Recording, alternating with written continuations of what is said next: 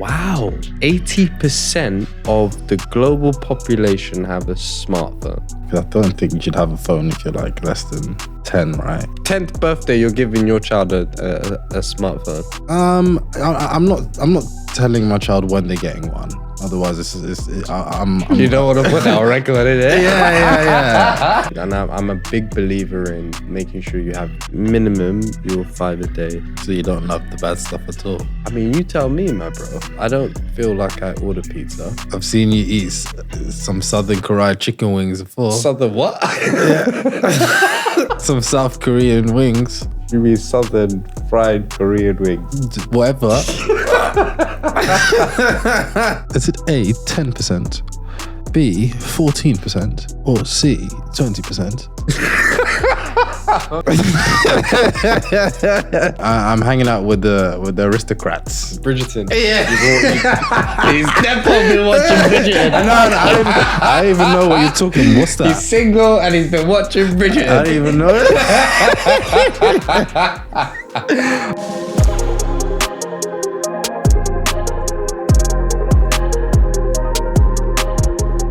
Welcome back to Teddy Talks, everyone. Teddy Suarez here. I'm joined by my brother Sydney Suarez, and today we're going to be talking about the top 10 things that people should be doing at home. You should be doing at home? What do you mean by that? Having said that, actually, it's not quite chronologically the top 10 things, right? It's to do with the top 10 essentials scientifically that people should adopt. So like, for example, I don't know, I drink water every single day. I hope that's one of the things that you're supposed to do on a day-to-day basis. So you're living a good life, yeah? I mean, if you like water at home, it's supposed to be a good life. I mean, we need it to survive. So you're doing the right thing. That's the premise of the game today. So we're playing a game. So you guys think about it at home as well. We're going to have some multiple choice questions that we're going to throw at each other. And we'll see, hopefully, whether or not our lifestyles are also intertwined with what's supposed to be the right answer. So here we go. Are you ready? I'm ready. Kick us off. Just a drink for good luck. So tell me, what can I not do without in my life? Question 1. What do you think is one of the top things that people believe we can't live without? A, smartphone. B, electricity. C, clean water. D, personal connection. What do you reckon? I mean, firstly, in fact, what do you think personally for you out of those 4 things you personally can't live without? Smartphone, electricity, clean water, or personal connection? Personal connection could be with me, by the way. Pause. Big pause. I mean, family, right? Yeah, no, that's fine. I think that I need electricity in my life. You need electricity. No, that feels like a pragmatic answer. Why do you feel like you need electricity? Personally, mine's clean water. But go on, yours is electricity. Yeah, I need electricity because... That was a Jose Mourinho answer, that one, isn't it? and now you're thinking about it. No, it's just that a lot of the things that I do involves having power. You know, I need electrics to power my TV, to power my laptop, to power my smartphone, to power the heating in my house. Without electricity, you have no internet, you have no Wi-Fi. You know, I can't see what my life would be without electricity. But you know, I don't look at water in the same way as I do electricity. You know, I really do love electricity. I love it. Oh, yeah, I didn't realize you loved electricity that much. You might need to get an electric car, you know. Maybe. You might love that car more than you do now your current car. What have you got again? I got a Mercedes E300. Do you think you'd love it more if it was electric? The correct answer, people, was yes. Power to the ecosystem, the world, the environment. Yeah, exactly. You can see I really, really want to save the world. You know, all of that. Think about the cows, bro. Come on. Defeat global warming. Apparently, that doesn't exist, though. We'll save that for another podcast. Yeah. Okay, so the actual answer was clean water. Right. Okay. So I'm glad I got that one actually, because I do drink a lot of water on a day to day. I drink probably minimum. I like to try and drink 2 liters of water a day. You got this one. So did you come up with the questions? No. It's not that. I to be honest, this is the first time I'm scanning through these questions, and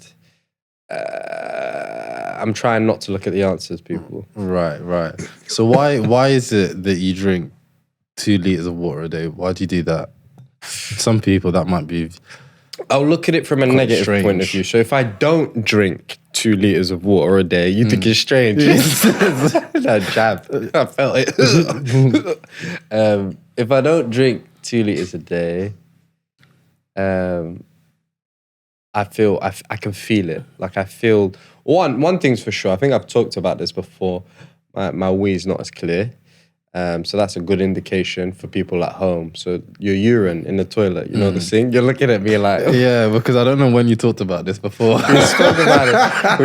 This is why I need to stop drinking on the pod. Yeah. We spoke about it before, and I think I just slid it in there. I just said, I like the fact that when I tinkle, it's clear. It's your litmus test. So that's a good indication. If this is actually just one for people at home. If your urine is looking hella orange and just Gangrene. just not right. Maybe people have been urinating like that and thinking it's calm, but it's not. It should be a little bit less orange. Yeah, it should look. It should look like water. Yeah, that's an indication. I think. Don't quote me on this one. I believe that's dehydration. It shows that you're dehydrated. You need to drink more water. But for me personally, You need to drink more water when what? When the urine looks a bit orange, it's not as clear. Right. Okay. I don't know the exact color, but there's like a balanced color. Because obviously I'm not researching urine and whatnot and the colors of it. So you're really studying your wee when you... This is about 10 years ago when I was looking at the benefits of drinking water. But the clean water element is, it keeps my skin clear, even though right now I'm sweating like an animal. But it keeps my skin clear, keeps me full of energy. Like I genuinely feel the difference. The 10 years ago when I was looking at all of this good things for you and your body and whatnot, it did say it fills you with energy. Hydrating yourself gives you a new lease of energy. It also hydrates your brain as well. So in the morning, I try and have that first pint of water straight away. Boom, have that first pint, and I'm already on the way to my. It's not really a goal. It's now like second nature drinking water. But yeah, so it just keeps me feeling good, enriches my body, and mainly my skin is a huge factor. Your skin's looking good. Yeah, even whilst I'm sweating like yeah, this. Yeah, apart from the droplets, it's looking good. It's looking big. good. Oh my god. So maybe we need the quiz. The quiz is making me nervous. I don't like losing. You're in the hot seat. You're in the hot seat right now. So is it my turn to ask a question? Yeah. Right, Go okay, on. Question number 2. Question number 2. What percentage of the global population owns a smartphone? So we're talking about electricity, and how it's my favorite thing, right? Yeah, it powers up smartphones, and a lot of people in the world are using it right now. So how many people at the moment do you think using smartphones? You're going to hit me with the multiple choice, or are you just leaving it at that? Oh, yeah, that's right. I'm just going to pluck a number out of the air. Yeah, you're supposed to just tell me what you think. So is it A, 50%, B, 60%, or C, 80%? So here's a question again. Yeah, hit me with the whole thing. What percentage of the global population owns a smartphone?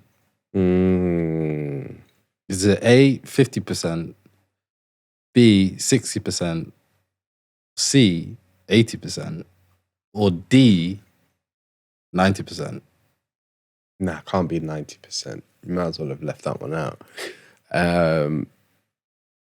I reckon it's probably. I'd go with a solid 60. I refuse to believe half of the we're talking about the world. About the world, yeah. Globally, yeah. I refuse to believe. I think well over 50%. I think 60% is a good number. For some weird reason. There's no logic in that. No. I when I look at the third world and the population of the third world, they do make up quite a large portion of the population. That's just what my mind's telling me. Again, I don't know if that's fact. But you have to choose. You're telling me to get on with the time answer. Time is running out. Time is running out. I'm going to go with 60%. 60%. 60%. The answer is C, 80%. Ooh, 80%. Over 80% of the global population own a smartphone. But I don't know how you've just related that to people needing electricity. Like, no, I was just showing you how my answer's connected to the future is questions. It? Okay. Okay. So do you feel like so the smartphone is a necessity then? Because sometimes I like to plug out of social media. I think a social media detox is important. I'm sweating now as well. Yeah, I've cooled down. To be fair, I've cooled down. But so I the 80% mark. Wow, that's quite a big number. It doesn't make sense. Now that modern technology allows people to communicate in various different ways, and not having that form of communication, whether it's instant text messaging, FaceTiming, video calls, WhatsApp, social media applications, they're all on smartphones and like being connected. I don't know why I mentioned sat nav. Yeah. Do you remember the TomTom back in the day? Yeah, I remember the TomTom. And sometimes it would send you into a location. We were traveling to football sometimes, and obviously Daddy will set up the sat nav, and we just would end up at some random location that wasn't the location sometimes, or even like a family function. But those are bad sat navs. But when you look at the connection, obviously, now that you have everything consolidated on a smartphone,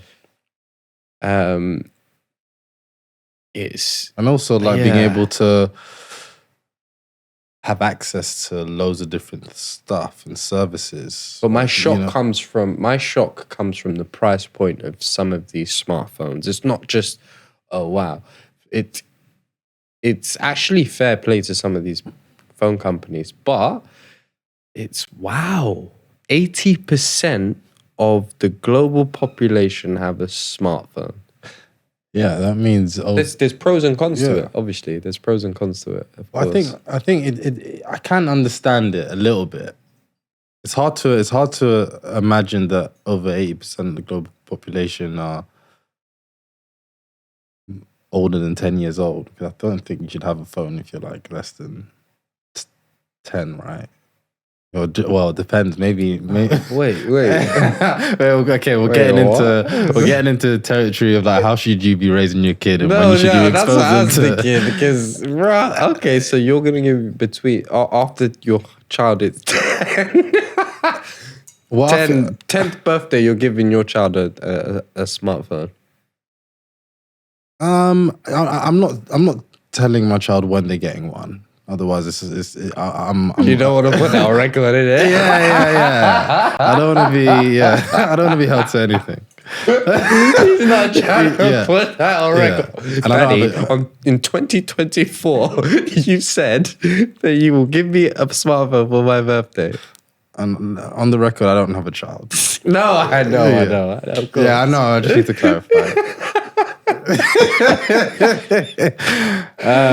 Okay, cool. I know your child will be like that as well. Like what? Hold you to account. Yeah, what, why would my child hold me to I account? don't know why, but your child will definitely do that. That's too funny. We'll be looking at you on YouTube and being like, yo, daddy, you said this at 10. My accountability partner will be my child, yeah? Fuck. Yeah, 100%. Yeah, you got, But no, I example. understand where you're coming from. As, for example, our little sister got a smartphone way sooner than we did. Obviously, I hear more and more nowadays that people are struggling with the concept of 2 different time zones. Like the other day, Mummy and Charlene were in a heated conversation around us being able to get away with something or not get away with something when we were younger 10 years ago. And now it's like, well, why can't we do this? Because the times are different. It's not 10 years ago. It's not 12 years ago. And I understand that, but the time frame that we're in now would probably dictate that maybe technology should be involved because 80% of the globe is on the smartphone. So it's like, that's the norm. That's the social norm now, technically, right? Yeah, I agree. And then on the other side, there's the argument that, our parents did just fine without smartphones. So do you need them? And it's interesting to see that Gen Z are beginning to embrace the old flip phones again. With who?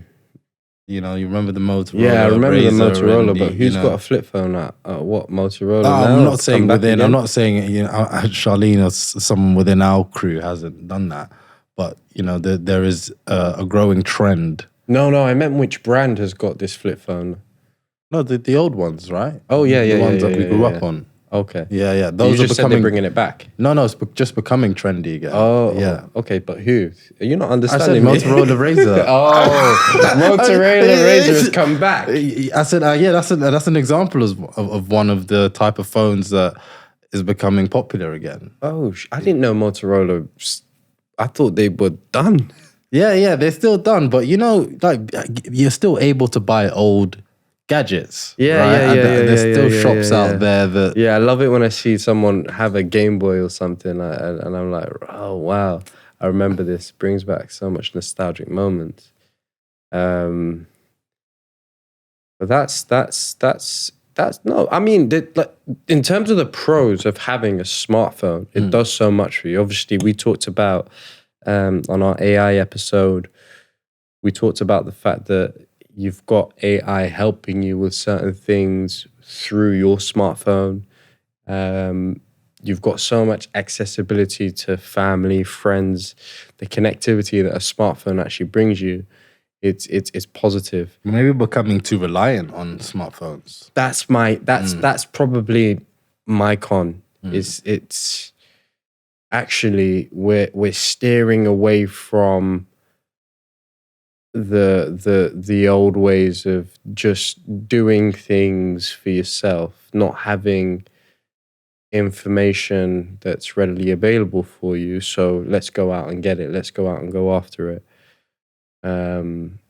Working harder for certain things that maybe you can maybe get on your smartphone like that, but actually the experiencing of working hard through something is far more valuable because actually it leaves an imprint on you. You'll never forget a moment that came to you that's more challenging than something that's come to you at ease.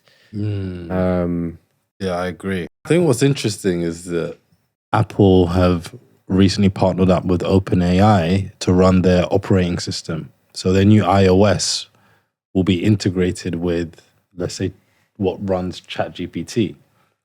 And what does that mean for us? I mean, that AI is going to be studying every single activity on our phones, which means that the data that they sell to third parties is going to be even more well tailored to sell to us. And that means they're going to be able to know how to market to us well, how to manipulate us to do things that they want us to do. And even now, when we think about, is our phones listening to our conversations? Because why is this advert popping up all of a sudden when, today I was talking about Jordan 6s and now Jordan 6s are popping up on my phone. And, there's sometimes you're like, this is a bit too coincidental. And I think that those instances are going to become even more prevalent. Yeah, and it's actually scary because ultimately businesses obviously want to thrive, they want to continue, and they want to make profit year on year. And it's how do you do that? And the big question there is, so is this product supposed to be helping me? Is this product actually here for me, or is it for the fact that Apple maybe need to churn out X amount of customers every single year?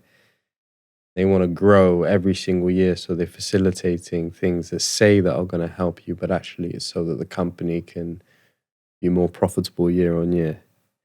It's actually because it comes from one source. AI wasn't given from some miracle. It was a business thinking of an opportunity and wanting to monetize from it. But anyway, we digressed. 8 more questions, right? We digress. Yeah. We got 8 more questions, people. We got 8 more questions. So, third question. How many people worldwide are active internet users? A, 3.8 billion. B, 4.5 billion. C, 5.16 billion. D, 6 billion.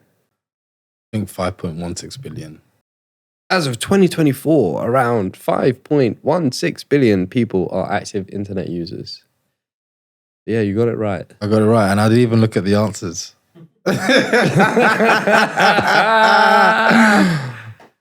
Do you know what? Why do you think that is, though? Why do you think?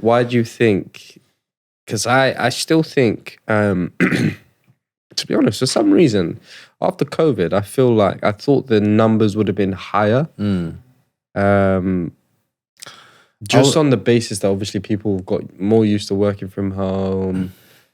There was a comfortability around being in your own space, watching Netflix series. Again, you got to use internet for that. Communicating on your phone, you got to use internet for that.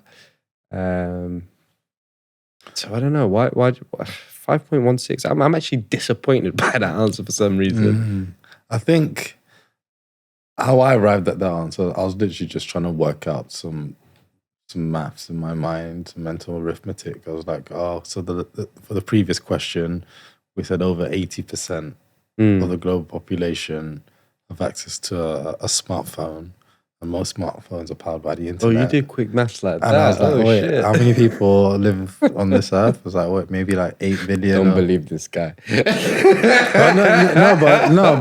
But speaking to what you've just pointed out, like you would think that majority of people who have access to the internet would access the internet, but I think we do live in a bubble where we think that everyone uses the internet, but there are people out there who, they live in the jungle, like the Amazons, and people who live in third world countries who may not have got access to even electricity yet. Yeah. And there may be people who are really poor, come from low household incomes, and maybe they don't have access to smartphones, don't have access to the internet. So I think even though it's hard for us to imagine because it's one of the key essential ingredients of our lives. That's it. I think because even when I look at watching TV, not Netflix, not Prime, even using we're on Sky, right? So we use Sky to watch most things, and we no longer have a satellite. We use the internet, Sky.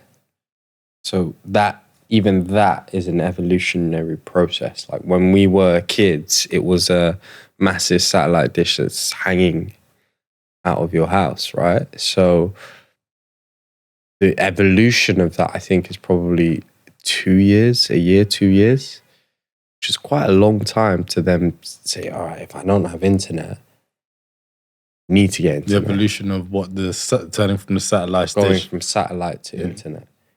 What you mean? You mean the Sky dishes? Just being a TV watcher, someone that watches TV, and you're going from a normal satellite user to upgrading onto not just a Sky Glass TV, because you can also. This sounds like I'm trying to fucking do an ad for Sky. No, but that's just part of our lifestyle. The main premise of that is we are on Sky. Sky has gone from satellite to.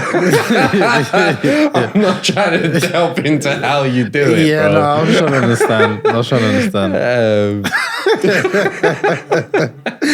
Right, okay. But yeah, so like I just feel like the world right now revolves around internet. I remember when I was working in the finance industry, and if the server goes down based off internet connectivity in our office, everything's down. We can't work. A 9 to 5 day, one day is lost because for some reason internet connectivity within the area has gone.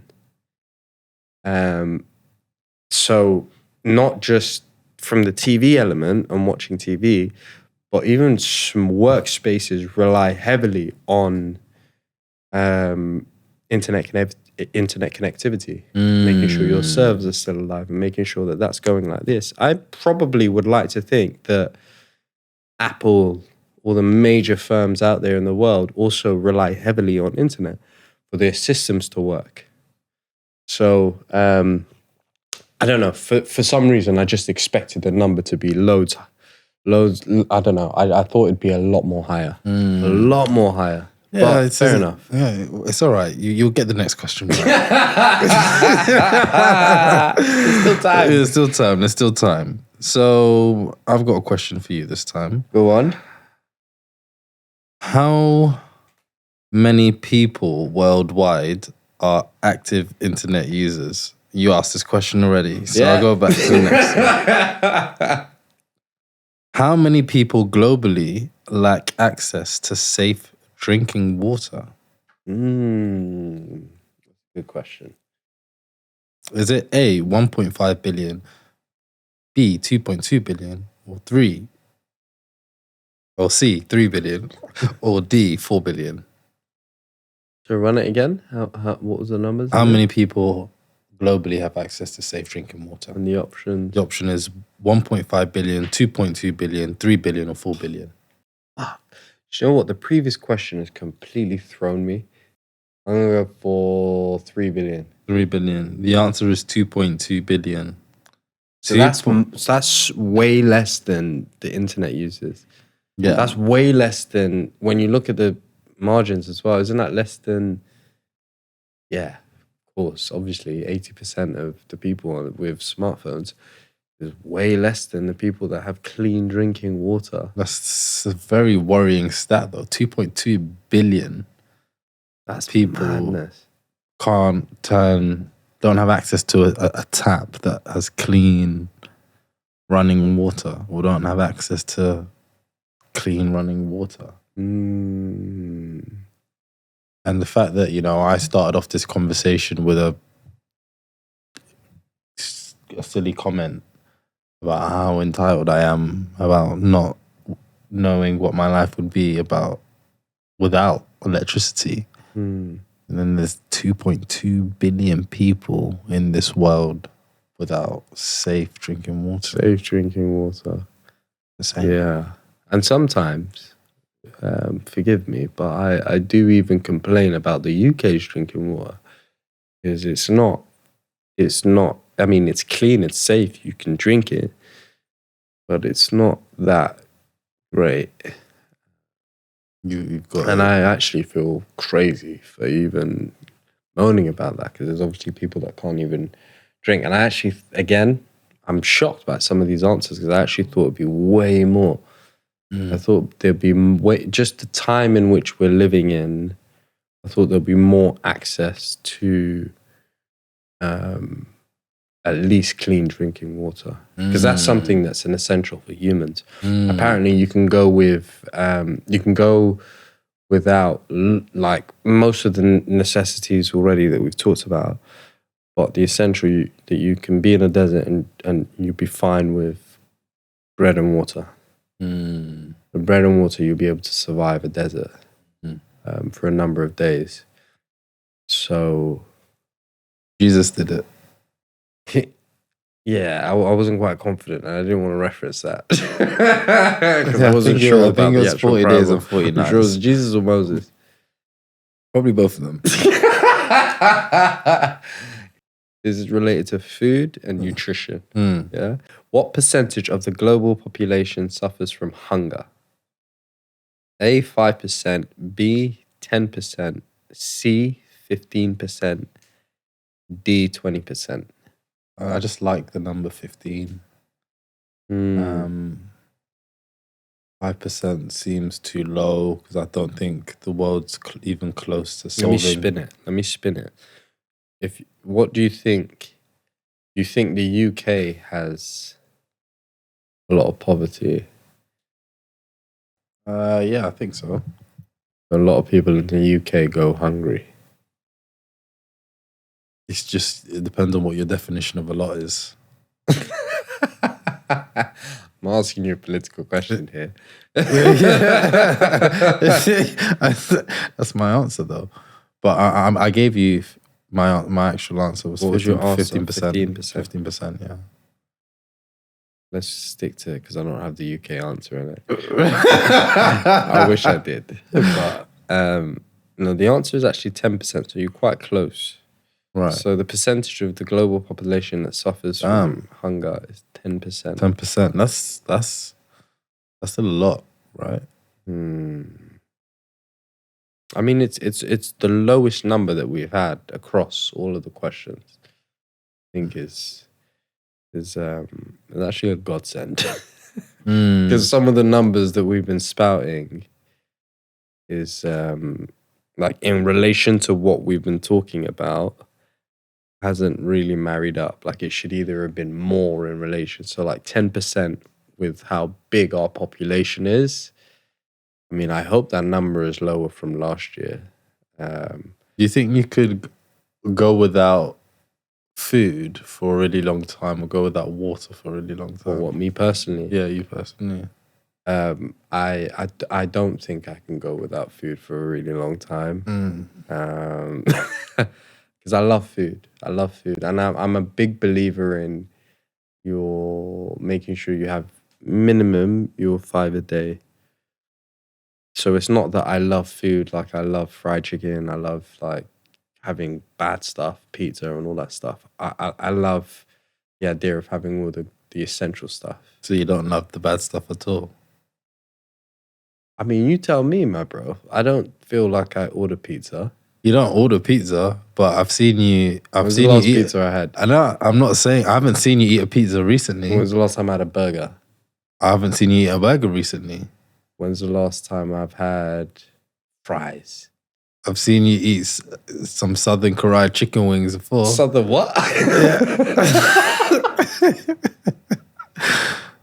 Some South Korean wings. You mean Southern fried Korean wings? Whatever. I don't know what you said. I've seen you eat that. I've seen you eat Chinese before. Okay, what do I order in Chinese? You're asking me too many questions now. All right, my point is, people, when I do order a takeaway, which I think is what Sydney's getting at, it tends to be healthy, right? So Chinese, I tend to order bak choy, which is really healthy. I'll order like a sea bass, or I'll order a quarter duck. I mainly have the duck, the spring onions, the cucumber. So I'm not out here ordering sweet and sour chicken. Is that what you were trying to catch me with? No, I wasn't trying to catch you with anything. I've seen you order Wingstop. Yeah, but when I order Wingstop, what do I order? The wings. Exactly. So I'll have wings and I'll have sweet potatoes, right? Yeah. But the wings have batter on it, right? So it's not. Nah, I order wings, innit? Like wings. I don't order the bites. Oh, right. Okay. You order the bites. You order like the 12 bites and tenders and stuff. I mean the boneless. Yeah, that's it. The boneless. But I order wings, so I'll order 12 wings with enough. whatever the flavor is, and then I'll order like. This might sound weird to people, but I'll order more wings, but just with different flavors. It's true. Don't worry, I'll catch you out. But in terms of fast food, even Nando's, for example, Nando's. I was like, one of our friends would order like a wrap or a pita or whatever. And for me, it's literally just straight a half chicken. I'll have broccoli and then I'll have the spice grains, which Nando's, I don't know why you've got rid of the spice grains. Bring it back. Now I've got to settle for, is it the peas? The macho peas. Macho peas or something. Yeah. I'm the same. I love a half chicken. I get it hot spice. I get the peri sort of chips. And then it used to be the spice grains, but now it's the macho peas. Yeah. But the moral of that story, when it comes to food, like I generally I'm like one of those people that I'm mindful of what I eat just because of the. I'm gonna be real with this. So when I was younger, obviously I was a big boy. So I went through days of having fast food, KFC. I spent a month at the time with I'm not gonna in fact I'm not gonna call out the person, but I spent the time with someone. 1 month, it was school holidays, and when our dad picked us up, he was like, "What the hell's going on?" Because I'd put on so much weight within that time span. But the month that I was there, I would have KFC, McDonald's. I would have so much fast food. And I don't know, call it like, it's not really trauma. I couldn't call it trauma. But when I look at the moment now, I value the healthier option so much more than the unhealthy option. It makes me feel good. Yeah. The healthy option, I like the feeling of eating something and not feeling bloated. I like the option of, I don't know why, it looks like you're smiling at me. Why are you smiling like that? No. It's true. It's true. Yeah, so it's interesting. I don't know. So when it comes to the food element, I'm actually quite grateful that I'm quite happy that the 10% number is, the 10% number is quite low. Okay. Well, I've enjoyed your anecdote around the food because it made me think about KFC and now I'm hungry. But we've got more questions to rattle through and we're running out of time. So how about I ask you another question? Yeah, and then we get through the rest in quick fire. And somehow I've now deleted my question. Okay, let me ask you the next question then. Again, I'm gonna go for you, and I'm gonna ask you the next question. Your love for electricity, you might like this one. So, how many people globally lack access to electricity? 500 million, 1 billion, 1.5 billion, or 2 billion? 1.5 billion. Close. 1 billion is the answer. 1 billion. So 1 billion people lack access to electricity. Again, I don't know. I feel like... So are you saying that's one of the essential things? if we were to make Well, up some you rules. said in the beginning electricity was important to you, so I'd like to think so. And I understand. I actually understood why you were saying that because electricity runs. Like, we're in 2024. Let's be honest. The lights here, microphone, everything. I mean, this phone that I'm even looking at, like you said, charging and whatnot, and even taking us out of using unnecessary energies. Coal, all Fossil those things, fuels. fossil fuels, that's it, that are running out. It's the renewable energy through electricity, understanding all that kind of stuff, I think is good. Sustainable developments, let's call it. I like that word. Sustainable. Have you got your questions now? Yeah, I found my Feeling questions. quite left out. You're feeling left out, don't worry. It's your time to shine. What percentage of the world population lives without any adequate housing? So, on benefits, you mean? Or just like homeless? Just say without a proper home. Without a proper roof on their head. What are the options? 10%, 20%, 30%, or 40%? 20%? Is that your final answer? Well, not when you look at me like that. 20%. I'll go with 20%. About 30% of the world population are in inadequate housing, so they don't have a proper home, which is crazy. Population.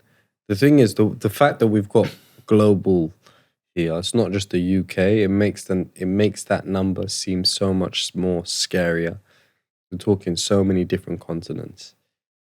But wow, I wonder why that is. And also, people lose their way as well. Some people may have had a proper home at one point, and then they lost their way, and they lose their house, they lose everything, they lose their families, they lose their wives, their husbands. And that could still fall under most of those umbrellas: greed, corruption, not really valuing the things that you have in front of you, or obviously sometimes you can be tricked out of the things, which is you know, you never wish that on anyone. But yeah, what's your next question? Hit me with another one. So this one's about education. What percentage of children globally are out of school? Oh, out of school? Yeah. Is it 5%, 10%, 15%, or 20%? 10%. That's an instinctive one. You finally get your gold star. Hey. Yeah, 10% of children globally are out of school. Do we get a reason? Like, is there a reason? I think there's a few things to consider. Like, one, you don't have children always in schools. Some people can learn remotely now, you know, and also, you know, define what a child is. You know, is it from nursery, or, you know, in the UK we have reception, and then year one, and then, you know, you stop becoming, you're not a child anymore when you're you're not a child anymore when you're a teenager, or you're not a child anymore when you're 16? And then I think access is another thing. As well. Like, some people are schooled at home, right? Yeah. You know? Well, not just that. I'm talking about the people that aren't even schooled. Because some countries you actually have to pay to go to school. Yeah, that's right. Like, I think some places in Africa, Nigeria. I think Nigeria, you got to pay for school, isn't it? You got school fees in Nigeria. You're probably right. Yeah. We should know this because we're half Nigerian, but that's why I'm mentioning. Well, we didn't go to school there, so no, of course not. But I think there are school fees. Obviously, I'm basing that off our cousin. Our cousin definitely had school fees. I think you're but right. I just don't remember whether or not that was past the GCSE moment, where obviously. I don't think they call it GCSEs, but that moment of his life, up to 16. But yeah, some people don't have access to it. You can't afford it. Because this is global, right? Yeah, globally. The UK, obviously, it's like a... I mean, education, I think, is an essential Definitely. thing. Because it's not just we're talking about childhood, but even as you grow up, you're still constantly learning. You're learning about life. You're learning about relationships. You're learning about how, you're learning about yourself. You're learning about things that you perhaps as an adult may not have known 5 years ago, because you've actually gone through something, an experience, or actually you've actually picked up a book and you've read something, and you're now going through moments within whatever it is that you're interested in. You have to constantly keep learning. No one's perfect, and if you do think you're perfect, you're an idiot. So yeah, you're right. If you think you're perfect, you're an idiot. You heard it from Teddy, and you're hearing it from me now. So the next question: what percentage of global carbon emissions is attributed to transportation? What percentage of what? I don't know why these questions are phrased like, we're speaking at some royal class. Yeah, it sounds. I was thinking like, sorry, what percentage of global carbon emissions is attributed to transportation? What's the options? I definitely need help with multiple choice. Is it A, 10%, B, 14%, or C, 20%?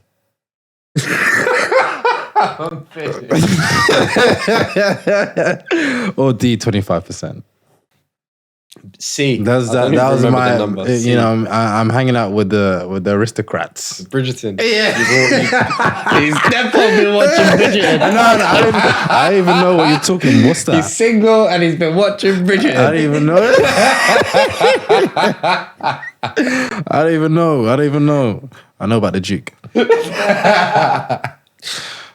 So what do you think? What do you think the answer is?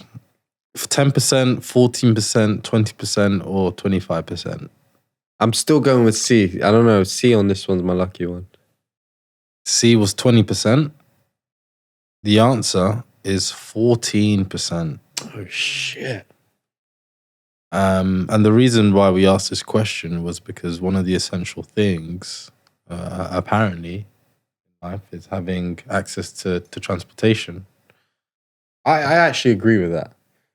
I pretty much live out of my car. Like my and that's not.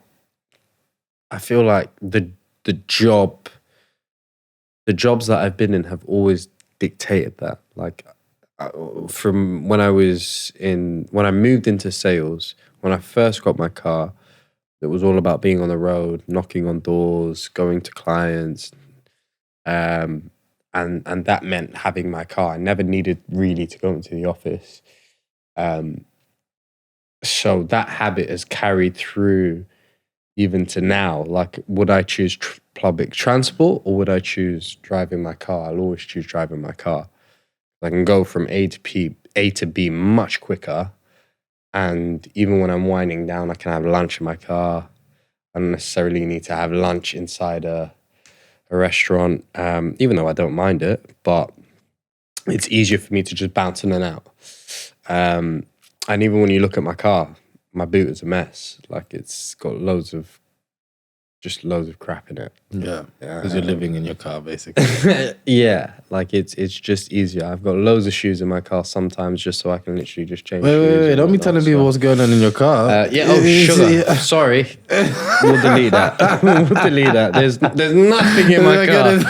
I'm out here making my car look like a gold mine. Yeah. But yeah, like my car notoriously has been an office for me. So I'll always be moving around in my car. It's easier to get from A to B.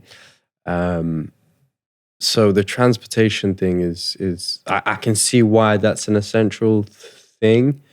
And I also think, what about you? Like, do you think it's something that's important to you as well? Yeah, it is important to me until we learn how to instantly teleport. I think we're going to need transportation. Or until we have technology that helps us, create holograms of ourselves, like Star Trek, where, I don't have to go to, Manchester to see a friend, and I can just appear in their bedroom. Like, yo, what are you saying?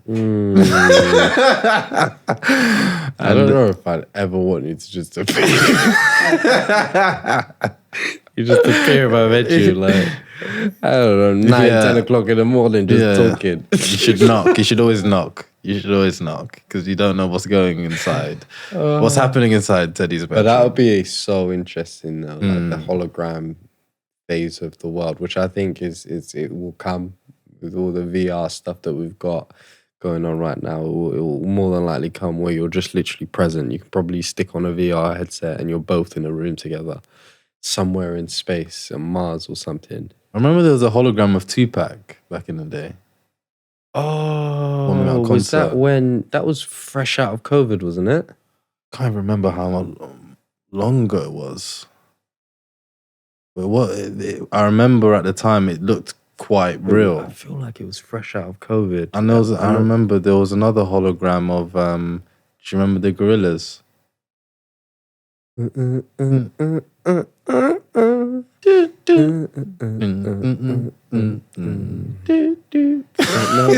Any lyrics now?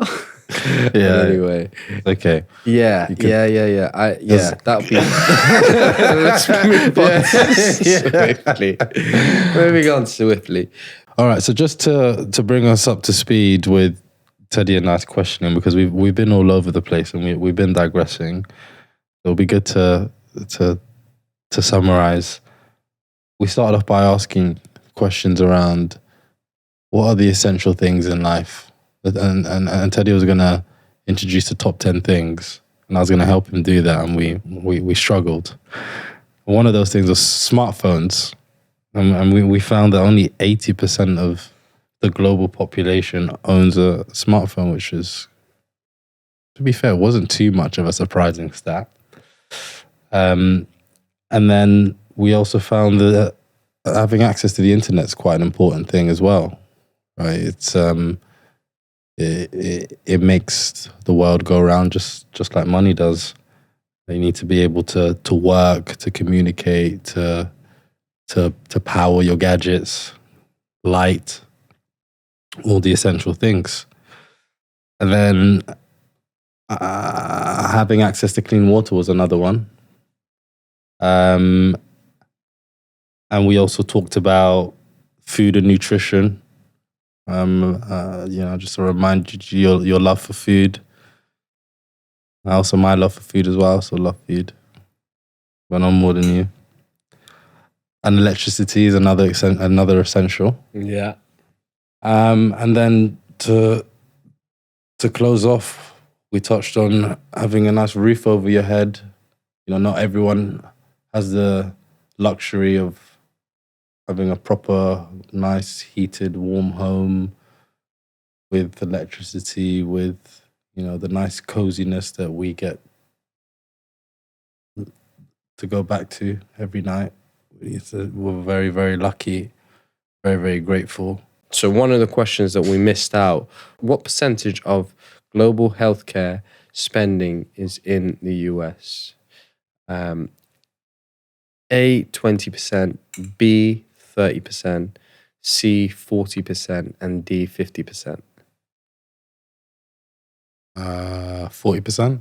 50%. Wow. So America seems to be spending half of, well, I mean, it's their money, but 50% of healthcare spending globally is spent by the US. Well, they've got a lot of obese people. I didn't expect that one. To be fair, because when we went to America, the pizzas were like the size of our heads, like one slice. Do you know what? And then you've got the big sizes. Everything is big size. Everything is big size. There's mental health is a big thing out in America as well. Mm-hmm. They've also got certain states also that allow certain classes of drugs that lots of countries don't allow. That's true. I saw a recent thing on the socials where they had this new drug that are turning people into zombies on the street. And I mean, like, it literally looks like The Walking Dead. What, fentanyl? I don't know. I don't know what it is. No, because it's new. Fentanyl's been around for ages, hasn't it? Not that I'm an expert in drugs, but but I've from the movies, fentanyl's definitely been around for ages. But that for me is, I mean, yeah, spend it. I think it's better to spend money on healthcare than not spend money on healthcare. Health right? is So wealth. It's kind of, they can look at it as a good thing or a bad thing. Or maybe they are, putting too much of a price on healthcare. I mean, they don't care because 50% of it, they're spending that money on it. It does make sense because, in the UK and some other countries, some healthcare is free. And in America, you get a fat bill Yes, for calling the ambulance. Yeah, and all the other. I think if you haven't got healthcare insurance in America, you're screwed. Basically. So that's probably why they spend a lot on healthcare. That when you look at that, that's not great. I love the UK for that actually. That's one thing I'll say, because obviously I'm also an asthmatic. Not many people know that, but I'm an asthmatic, and to know that even though I've got to pay for my prescription, it's not as astronomical as what I've heard it is in America. So to know that even if there was an emergency as well, like I can literally just go to A&E and yes, there's going to be a queue, but at least I don't have to spend on an x-ray when I get to the end of the line, and x-rays are apparently really expensive. The whole process of just x-raying is really expensive. So that alone, without even getting treatment, just to figure out what's wrong with me, you get that for free. Whereas in America, you've got to pay for stuff like that. I can see the contrast of why they have to, the spend bill is quite high. Overall, I really enjoyed that. I really enjoyed those questions. Those questions have given me an appreciation, I think, for my own position, and actually a bit more of an understanding around other people's positions, because I'll be honest, my perception on certain things, I just thought either they'd be higher or there'd be less. For example, the education, you would hope that, not the education, sorry. For example, the water, the comparison between a smartphone and water, even though you can die from dehydration, you're never going to die from not having a smartphone, right? Like it's unbelievable that I would like to think water as a help me out here. What's it called? Element. Yes, as an element. An element. Water as an element has been around a lot longer than a smartphone has here on this earth. To think that clean water is scarce is profound. Worrying. Yeah, it's worrying. It shows a priority, right? Yeah. Like it's we know why that's the case. But I hope you guys have enjoyed it, and I hope you guys have been involved throughout on some of the questions. Comment below your reactions as well to some of the questions. So if you thought, oh, maybe this isn't quite right, or actually you had an idea yourself that, no, I live this way. Essentially, any objections, comment below. And please do not forget to like, subscribe, and tune in again next week. Thank you very much for being here.